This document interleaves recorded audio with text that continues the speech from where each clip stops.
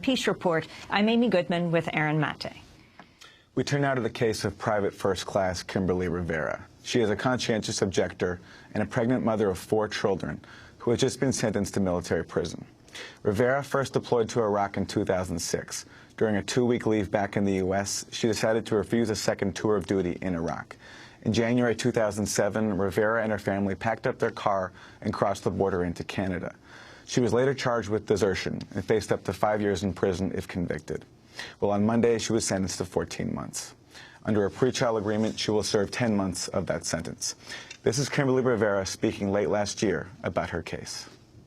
If you want to know, my biggest fear is being separated from my children and having to sit in a prison for politically being against the war in Iraq. Since their arrival to Canada in early 2007, Kimberly Rivera, her husband, and 2 children settled in Toronto. She had 2 more children there and made several attempts to legally immigrate. Canada's War Resistor Support Campaign championed the case, drawing endorsers, including Nobel Peace Prize winner Desmond Tutu. But Canadian officials refused. In August, they ordered the Rivera family to leave the country or face deportation. A provincial lawmaker representing Rivera's Toronto district, Cherry DeNovo, condemned the order. As the Member of Parliament for Parkdale High Park, which is home to a number of war resistors, I know Kimberly personally. I see her in our neighborhood, see her with her family. I know that she participates in the community. She's a volunteer. She works with children. And she is a person who has shown great integrity and courage and principles. Surely she is exactly the kind of person that we want to embrace and welcome here in Canada. Canada has a proud history of welcoming conscientious objectors from other wars in the past. Why not now?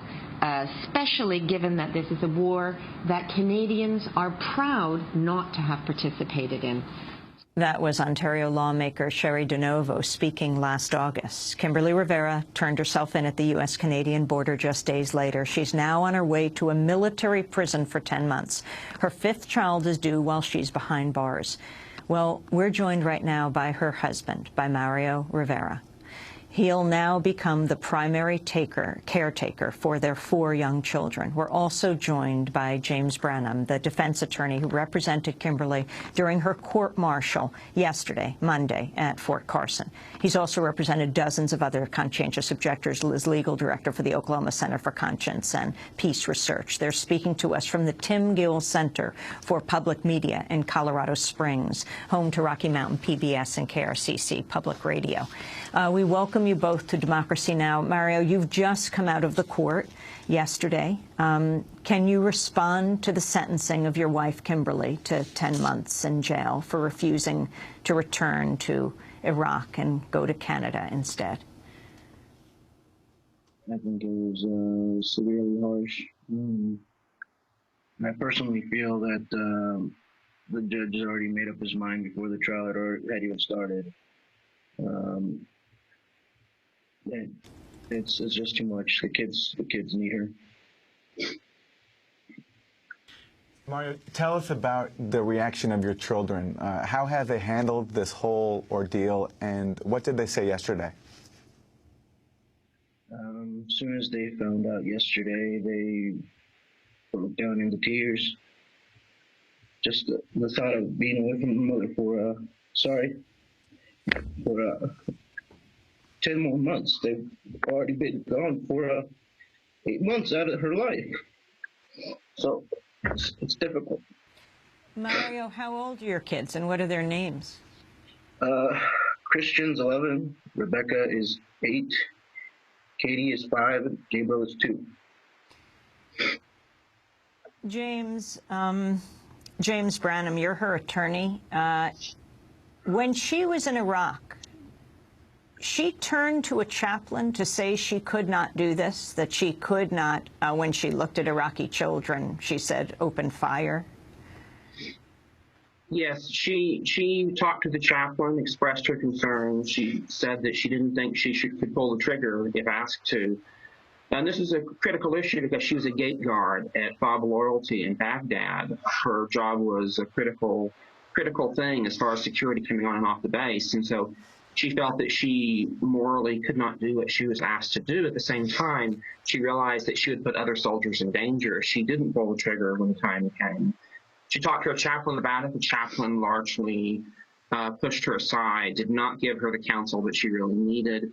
And so when she came home on leave, she took other steps. And it's unfortunate that she did not get the legal advice and the information she needed to seek status as a conscientious objector. That said, James Branham, so when she said this to the chaplain, he didn't say, there's a way you can legally do this, you could apply for CO status. Instead, he argued with her? yes. So she didn't know the process? The chaplain was very resolute that she needed to stay there. She needed to fulfill a mission. Instead of giving her the spiritual counsel she needed at that moment, instead this chaplain told her basically, suck it up, continue on. And that was not the advice she needed at that moment. She needed to know her rights. She needed to know AR 600-43 gives her the right to seek status as a conscientious objector. She didn't know that. James, so 10 months in prison, how does the sentence compare to sentences to other resistors? And is there an exception here, given the fact that she's pregnant and is due in December? How does that factor in? We don't know. The judge doesn't really give the rationale for why he made the decision he did. We do know there have been some resistance cases that have received greater sentences. As long as 24 months has been given. But many other resistors receive little jail time or no jail time. And people that desert generally, over 90% do no jail time at all. And so we feel that Kim was singled out. Another thing, the prosecutor at trial said that he asked the judge to give a harsh sentence, to send a message to the war resistors in Canada. And we feel that was the Canadian government, in deporting Kim, said she would not face any serious punishment because of her political and conscious objection to war. And in reality, that's exactly what happened. That was the prosecution's argument, that because she spoke out against the war, she therefore should be punished. Mario, you live in Colorado, is that right, with your 4 children? No, the 4 children are in Texas right now. I came up here in March originally because that was when the trial was supposed to have been. Unfortunately, my mom fell ill, and it was pushed back until yesterday. So how will you raise the 4 kids alone? How are you going to do this over the next 10 months? I don't know. It's going to be difficult. I'm just going to have to do my best and try to keep it together and keep them together and just help them be strong. I want to thank you both for being with us, and Mario especially. I know this was very tough for you to come on today. Mario Rivera, Kimberly Rivera's husband. She serves her 10-month sentence. He becomes a primary caretaker for their 4 young children. She will be serving that time where? In California?